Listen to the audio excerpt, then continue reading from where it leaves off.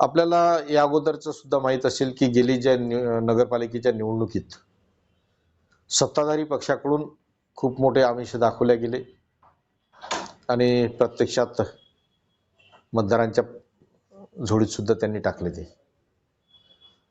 याही निवडणूक पूर्ण राज्य लुटलेलं आहे आणि तो पैसा आता अशा वाम मार्गाने ते लोकशाही मूल्य तुळवण्यासाठी ते वापरणारच आहे. मी या निमित्तानं प्रशासनाला विनंती करेन की आपली ही नैतिक जबाबदारी आहे. निवडणुका हे पारदर्शी व्हाव्यात, लोकशाहीसाठी ते निपोक आहे. म्हणून प्रशासनानं कुठल्याही दडपणाखाली न येता यावर अंकुश ठेवून हा जो काही जे मनसुबे आहेत सत्ताधारी पक्षाचे ते हाणून पाळावे. ती आपली नैतिक जबाबदारी आहे. ती आपण नैतिक जबाबदारी येणाऱ्या काळात पार पाडावी अशी मी प्रशासनाला सांगेल.